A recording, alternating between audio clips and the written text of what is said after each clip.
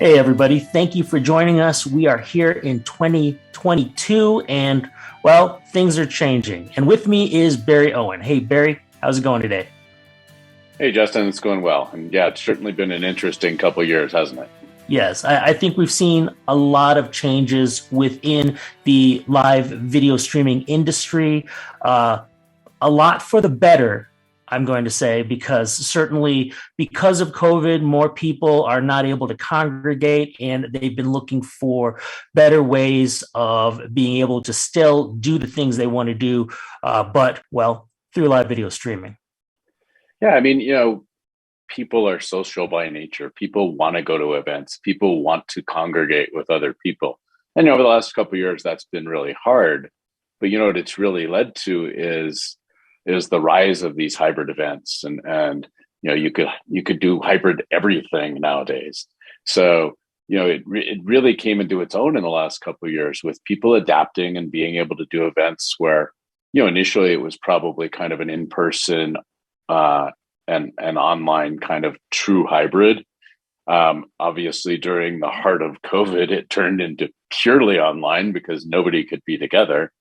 What I think people realized is, you know, certainly there's some challenges with doing online and hybrid events where, the content needs to be interesting, people need to stay engaged. But people saw it work, right? So I can now put on an event where maybe I have a few people in the room or a lot of people in the room, but I can greatly expand my audience um, by having a online experience to join that. And some of the keys are that you need to engage those remote people. You need to find ways to build interactivity, let them participate, and particularly for speakers and things like that. Don't just play to the audience in the room, play to the online audience as well. Pull them in. So that being said, how do you think people are building better hybrid setups? It sounds like what you're saying is that there needs to be forms of interactivity. So is I think that interactivity is a key, whether it just be text-based chat that people online can participate in or ask questions, or truly advanced cases, right? Where you actually bring people in on a video to ask a question. There's all kinds of things you can do, and you're seeing those things across the board.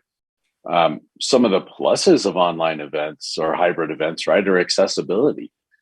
It's pretty easy for me to put closed captions up in multiple languages or subtitles in multiple languages, or have alternate audio tracks generated.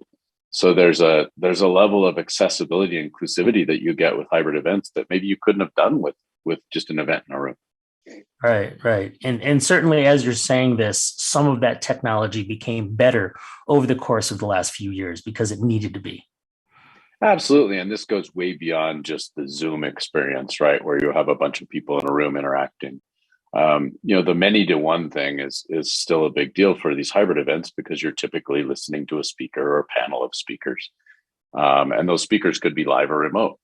But the technologies around that, with the integrating in chat, integrating in polls or quizzes, all these things that drive engagement, all those things have gotten a lot better. And I think you'll continue to see this, and you'll continue to see event producers leverage this as a way to increase their attendance. It gives, in the case of things like concerts or comedy shows or something like that, it gives the content owners more ways to monetize their content than just having to go to a club. Yeah, absolutely. No, I think hybrid is one of the biggest trends that we've seen and will probably continue to see in 2022. I've noticed one new trend, and maybe it's just because we had a coupon to get an Oculus.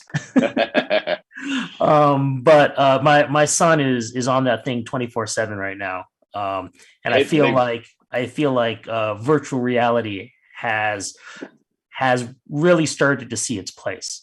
Yeah, obviously it's the big buzz right now, and a lot of that's been driven by the fact that the hardware, the processing power, the available bandwidth, these things are all kind of converging at the right time for this to really allow it to go mainstream, right? The cost of the cost of the Oculus was, $299, right? And it's a real high quality device. It looks good. And you're going to see more and more. You're going to see Apple come out with headset. You're going to see Google come out with headset, and the quality of the experience is much better than it was. I mean, now you're starting to see like 4K per eye instead of 1080p or 720p, which then you get kind of screen door effect when you're watching some of these things. I The didn't realize processing that there was so power. much interactivity right now. Oh, it's great now that you have, the ability to have the motion sensing and the tracking and things like that. It's very engaging, and it's not just for video games, right? I mean, you look at it for online meetings where maybe you're even avatars in the room, but at least you're in the room together, and there's that level of interaction you don't necessarily get with a Zoom meeting. Things like real estate tours, or where you can go virtually see a house. Tours of any sort, really, right? I could go look at the Taj Mahal in a VR experience and fly around, or the space station. It's pretty impressive. Yeah. I think the bigger point to all of that to me is that really the community, it's become a community tool, where before it was really something for one individual. There's a lot more interactivity. There's a lot more, like you said, you can use some of the new Facebook's Meta stuff that is, the Horizon app to have a virtual meeting. It's pretty cool. And, you'll just see more and more of it. One of the interesting data points I saw was that, there was a $1.9 billion invested in VR AR in Q4 of 2021, and almost $4 billion overall in 2021, which is double the previous year. So, I think you're going to see that increasing investment. You're going to see things like, Meta has an agreement with the NBA to stream games via the Oculus. They also have this. There's a semi-pro / low-level pro basketball league, Overtime Elite, which is truly embracing this AR VR experience for all of their broadcasting. What you're going to see is some really interesting stuff with AR, and as far as the Olympics goes, where Discovery Broadcasting within what they call their cube, which is this virtual set where they can transport you anywhere. They can bring in avatars. You can watch athletes from a 360-degree view. So it's going to be a big year, and I think it's just going to continue. As far as the metaverse and things like that, I think it's still relatively early times for that. I think there's some barriers that are going to have to get crossed. At a basic level, you already see metaverses existing. Things like Roblox and Fortnite really have their own metaverse. Yeah, they may be 2D versus 3D, but they are a metaverse, right? There's a community in there. You're an avatar. You're not yourself. You're floating around in this game. But I think what's really good. He really wants to play it on his Oculus. He right. has done all the research and knows he needs a fast enough desktop computer to be able to connect it directly to his Oculus in order to actually make it 3D. I think a big thing will be when Meta actually is able to come up with something like Roblox or Fortnite for themselves that people will move over to, because it already is 3D. I think what the key is going to be is interoperability. So at what point can the metaverses effectively all interconnect and share content or share data? And I think there's some really interesting technology going on there. And I don't want to go off into a rat hole, but I think you're going to see things that potentially enabled by blockchain technology, potentially enabled by distributed, organizations, that will be, the true metaverse ideally has no owner, right? I mean, it really is a distributed organization. People can bring in other metaverses, or at least bring in components of other metaverses, and be able to interact from one to the next and transfer things. And that's where things like potentially NFTs come into play and things like that. And it's going to be a really interesting next few years as far as that goes. Definitely. Another trend that I've noticed, which has been happening during the course of the pandemic, is more people who are betting from home. At least that's what I've seen. More people It are not able to it's go hard. out. It's hard not to notice it, right? I mean, in any live sporting event you watch, all of a sudden is 50% of the ads are for some sort of sports book. So the deregulation has really enabled a whole new, and really it's probably about the social acceptance as much as anything. Where all this stuff was happening before, but it was kind of in the back rooms and behind the scenes. But now it's just right in your face. And the sports leagues are partnering with sports books. Um, there's MGM and the NFL and FanDuel, ODS, all those people. They're really front and center now, where they were kind of Right. behind the scenes before. And as And we're what seeing all that, and I mean, I feel like we've talked about it before in terms of when it comes to betting, that means you need the lowest latency possible for video streaming. Do you think this is where WebRTC is going to be utilized even more? you need kind of two things, right? You need low latency, and to a certain extent, you need some synchronization capabilities so that things are kind of happening at the same time. Or if you can't, you know, it's unlikely, for example, you could have low enough latency where you could bet on every pitch in a baseball game. I mean, we're just not quite there yet. But the ability to synchronize the bets so that you make sure that everybody's on a level playing field, um, I think that'll be some interesting stuff. And what I think you're going to see more and more of, and I think you're already seeing this to a certain extent with some of the stuff people like Fubo and some others are doing, is you're going to have the betting experience right there on the screen where you're watching the show. So you may have um, an application where you're watching a game, and whoever is driving that application is also affiliated with one or more sports books, and you're able to do everything right there without having to have a second screen or have your betting app open here and your watching app open here. It's all going to be integrated. And I think that'll just drive more and more casual bettors to be like, oh well, I'll place a bet on this. It's like, hey, is he going to make the next free throw? Sure, $5 says he will. I think it's really interesting, and it'll probably up the percentage of people who engage in this quite a bit if it's that frictionless and easy. Um, Fair enough. I think the other thing you're going to see is in the stadium experiences, right, where you have near real time streams in the stadium experience, and I have my phone there. Well, I could start betting on the game while I'm there, and I think some of those experiences will be real interesting as well. So all of that said, we are seeing more people involved. We're seeing much more people who are dealing with events online in droves, as well as more people joining the metaverse, betting online. We're seeing more things that involve low latency, and to be more specific, than the need to have low latency at scale. What's your thoughts on that?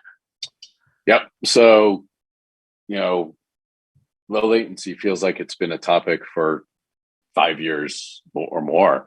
So, it's clearly a quest, right? It's never going away. The lower the latency, maintaining the quality, you know, still present challenges. So you'll continue to see innovation for driving latency down, but being able to deliver low latency experiences at higher and higher scales, right? It would be Okay. very expensive right now to deliver the Super Bowl with 1 second of latency to 50 million people, let alone, half a billion people.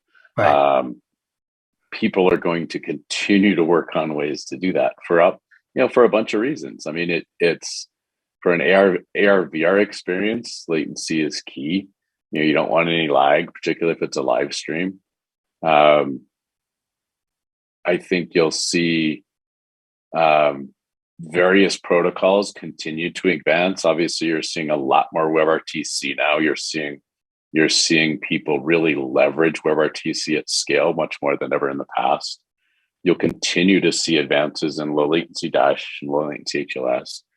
You'll continue to see up and comers that may or may not stand the test of time, but people will continue to come out with new things, such as the HES protocol that has come out recently, and you'll try and really see which one of those stand the test of time and really truly can provide that high quality experience with low latency with scale, which is a difficult triangle to balance.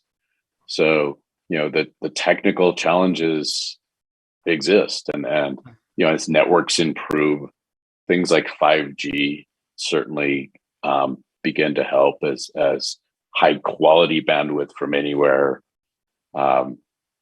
becomes more and more available. It'll be an ongoing battle to achieve crazy high scale with very low latency and very high quality. But it's going to happen, right? Because we want it to happen. Yeah, there's tons of people working on it. There's a lot of brain power working on,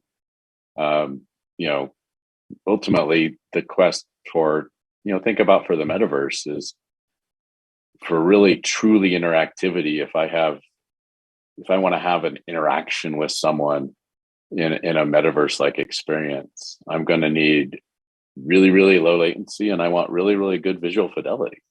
All right. So, there continue to be advances. There'll be new protocols. There'll be new network transports. There'll be all kinds of things that are introduced over the next 5 or 10 years that'll just continue to drive this down. So, as we're seeing all of these other trends that are occurring right now for 2022, what other streaming trends are you also noticing?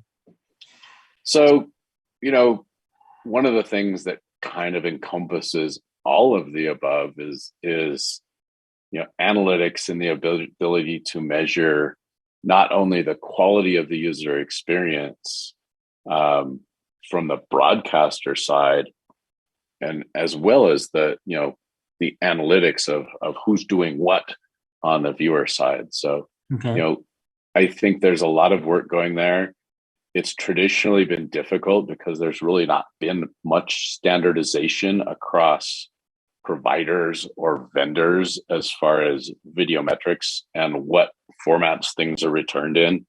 The Streaming Video Alliance has been doing a lot of work there to come up with some proposals on ways to standardize data from encoders and packaging platforms and CDNs and things like that, and even as far out as the player, so that you can kind of have a common format where you can have a much better chance of analyzing the data end to end, and not only doing proactive things if you're a producer, like understanding that maybe a particular region is not performing well and you need to switch something over there to get the quality back up, but also for viewer-based analytics for tailoring the user experience.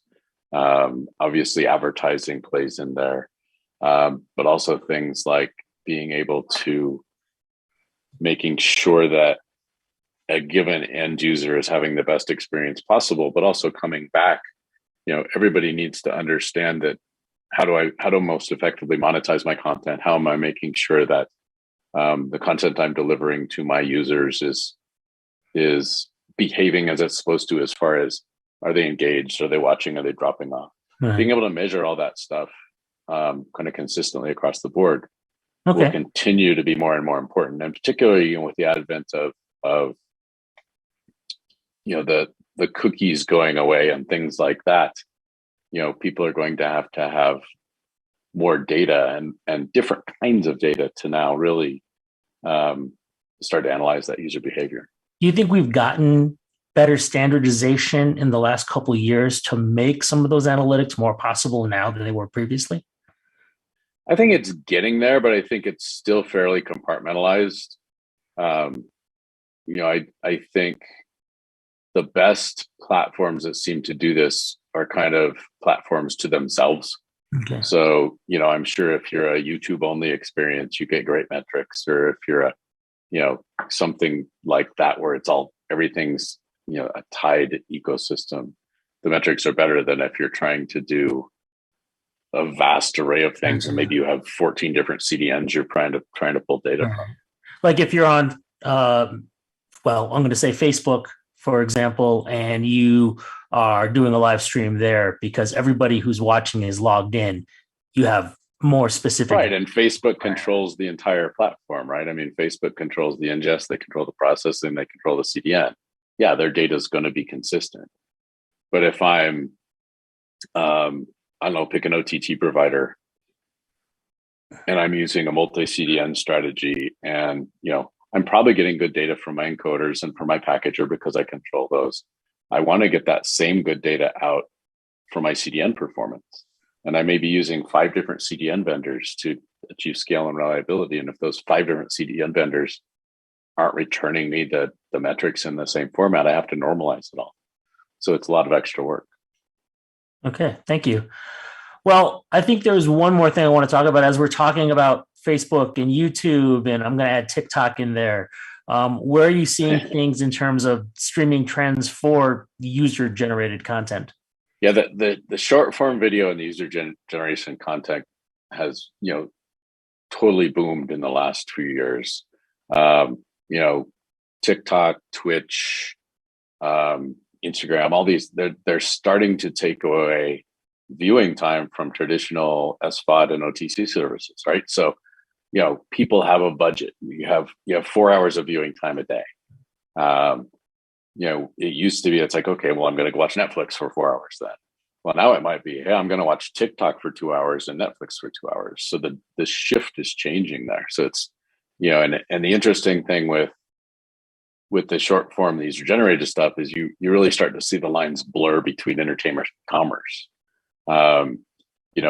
Those feeds you see in TikTok, they're all curated by the algorithms. So, what your list doesn't look like my list of the next videos I'm going to see on TikTok, because they're analyzing the stuff I've watched in the past and analyzing the stuff you watched in the past, and they're going to serve me up stuff that's relevant. That really gives them an easy way to target advertisements and slip advertisements in there that feel like regular TikTok videos. So you really start to get blurred. So companies that are really utilizing TikTok as a main focus for their own marketing tool. Oh yeah, companies are spending more and more dollars on platforms like TikTok and Twitch and Instagram than they would be with even ad supported TV. They're going to start seeing that their dollar goes further on these short form videos and the user generated content, because it's what people are watching. I will tell you, in the last few years, I have noticed way more that influencers on YouTube are now actually pushing products within their videos. They'll totally stop right. I mean, that's for a minute. Well, I think there's some interesting things that are going to start happening there all around, social commerce and shoppable video, right? So not only being able to talk about the product on YouTube or TikTok while the video is happening, but now I'll be able to buy the product in a fairly frictionless way, right? So maybe it's a screen next to the video, and like Twitch, right? You're watching it via the Twitch player. Right. Twitch has the ability to pop up an overlay or a screen right next to the video and say, oh, by the way, here's what he's talking about. Go buy it here. Click here. Twitch happens to be owned by Amazon. How hard can that be, right? It's like, oh, click a button. You're already signed into your Prime account. We see the cookie. We're just going to go put this in your cart and check out. Yeah. So the instant ability to monetize content via shopping I think is something you're going to start to see more and more of. I think the potential backlash there, and what you're seeing a little bit is, currently, in particular, YouTube and Twitch, they take a fairly large percentage of their creators' dollars, right? So the creator may be seeing 50% of the ad revenue, or I don't know how the product revenue is split, but I think you're going to see startups pop up that are going to promise, hey, we'll let you monetize your video much more cheaply, whether that be via just a flat rate or a much lower percentage. And those will likely mostly be based on purchasing things rather than advertising, because those startups aren't necessarily going to have the billions of users that TikTok, Twitch, and YouTube have. Yeah. But they're going to have. I'm going to show you something very relevant to you. I'm going to show you the latest cool video production gear. I'm going to be doing a view of it. It's going to have a little thing on the screen that's going to pop up and let you buy it right there. And you buy it, the platform takes a small cut, the content creator gets a larger cut. And, Right. I'll be honest. Win-win. I have a YouTube channel myself, and I've not seen that functionality available yet. But I completely believe it would be. I mean, there are quasi options for that, but it's not really click on that and get paid through Google AdSense or something else. It's more there's a handful of companies working on it already, and I'm not going to mention names because I don't want to preference anybody, but there's a few out there already, and you will see that grow. You will see shoppable videos, social commerce. That will be a big thing. And I think this is another area where potentially blockchain technologies and things like NFTs come into play, right? I mean, hey, what a better way to sell music videos or music itself than have a concert, allow people to buy an NFT of a song right there. It's going to be an interesting evolution, and it's really going to start putting the control back in the hands of the creators and not the distribution network, which is going to be interesting. Yeah. Well, hey, thank you for talking to me today about these streaming trends that are currently happening for 2022. Definitely appreciate it. For all of you who want help with your own streaming and getting streaming implemented in your business, please contact us at Wowza. We definitely appreciate you watching, and I hope you have a great day.